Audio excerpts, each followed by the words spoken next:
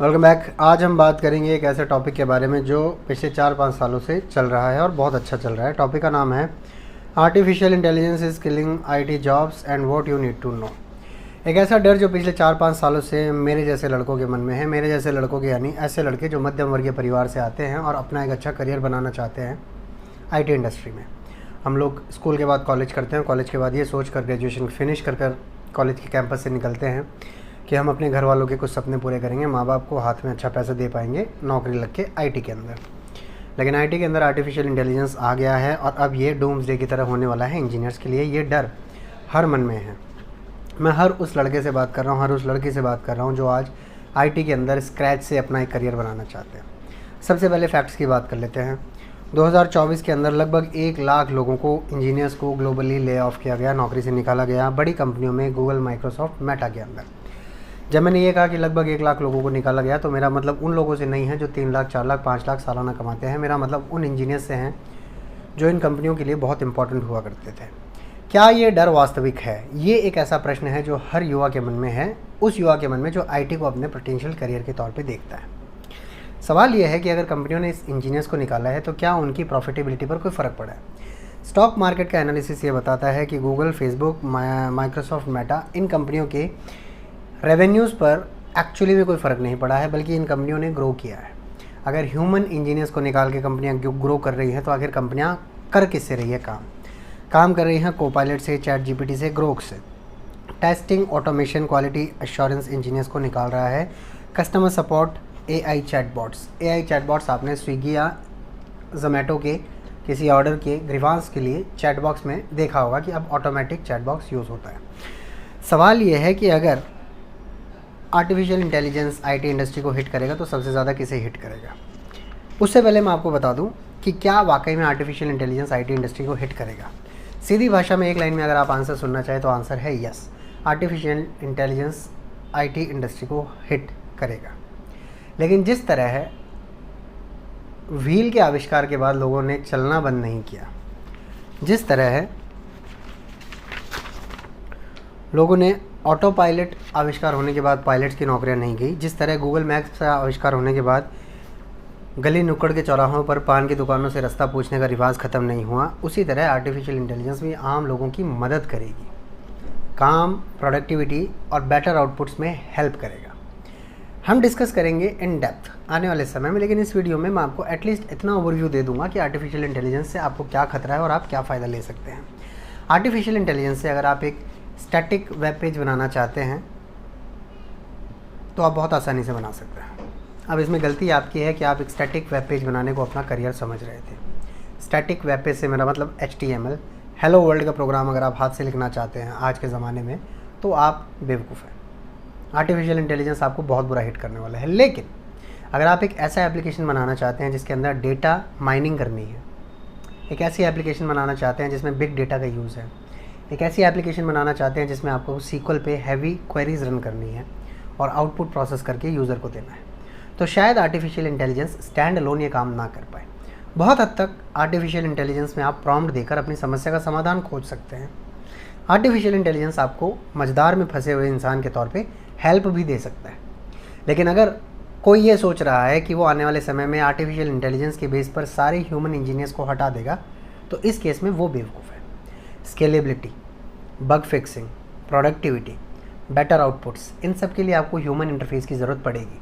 कुछ लोगों ने बताया है कि आप आने वाले समय में बेसिक प्रोग्रामिंग स्किल्स को छोड़कर हाई एंड प्रोग्रामिंग स्किल्स, जिसके अंदर क्लाउड कंप्यूटिंग और साइबर सिक्योरिटी को ज़्यादा तवज्जो दी गई है, इसी के साथ एक एक्सपर्टीज़ आप सर्वर्स के अंदर भी ले सकते हैं, नेटवर्किंग के अंदर भी ले सकते हैं।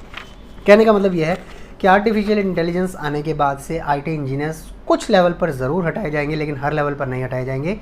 अगर आर्टिफिशियल इंटेलिजेंस आता है, सपोज़ मेरे को हटाने के लिए आर्टिफिशियल इंटेलिजेंस आता है, आर्टिफिशियल इंटेलिजेंस को रिसोर्सेज चाहिए। मैं हाथ चला सकता हूँ क्योंकि मैं खाना खाता हूँ, खाने से मुझे एनर्जी मिलती है, मैं पानी पीता हूँ, पानी से मुझे एनर्जी मिलती है।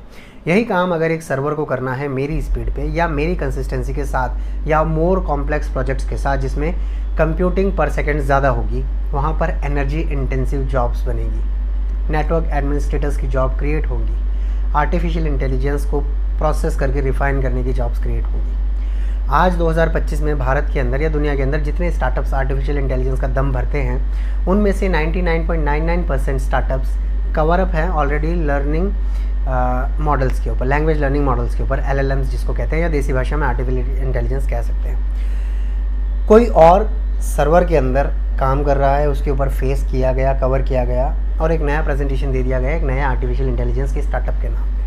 यहीं पर आर्टिफिशियल इंटेलिजेंस कंपनियों के साथ गेम कर रहा है, आपकी फीलिंग्स के साथ गेम कर रहा है, हमारे कॉमन सेंस की भावनाओं के साथ गेम कर रहा है।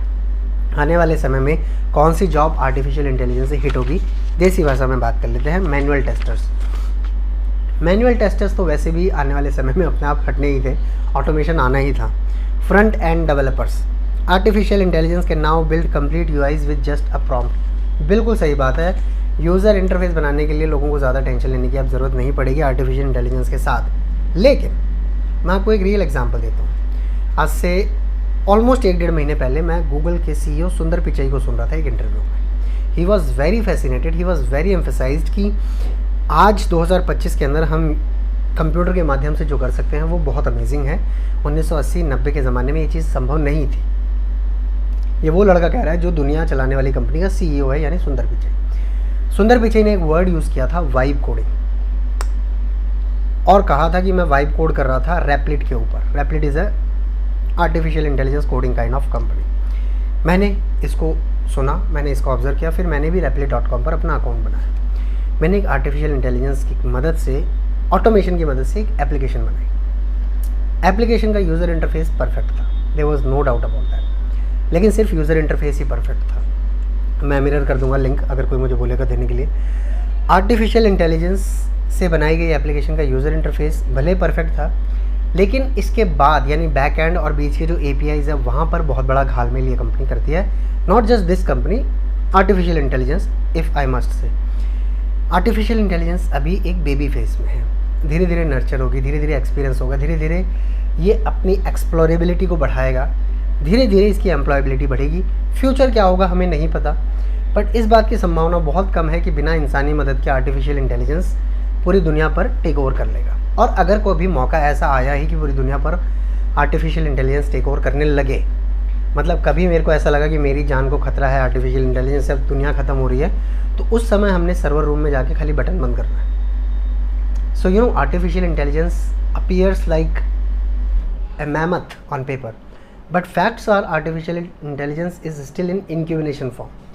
So जैसा मैंने बताया यूज़र इंटरफेस और परफेक्ट, बट बग्स इतने हैं, एक बग सॉल्व करो, दूसरा बग सॉल्व करो, तीसरा बग सॉल्व करो, चौथा bug, and then comes the important part. Replit.com का एग्जांपल दे रहा हूँ क्योंकि मैंने Replit को यूज़ किया है। वाइब कोडिंग मैंने की है। तो इसके अंदर ना यू गेट क्रेडिट्स।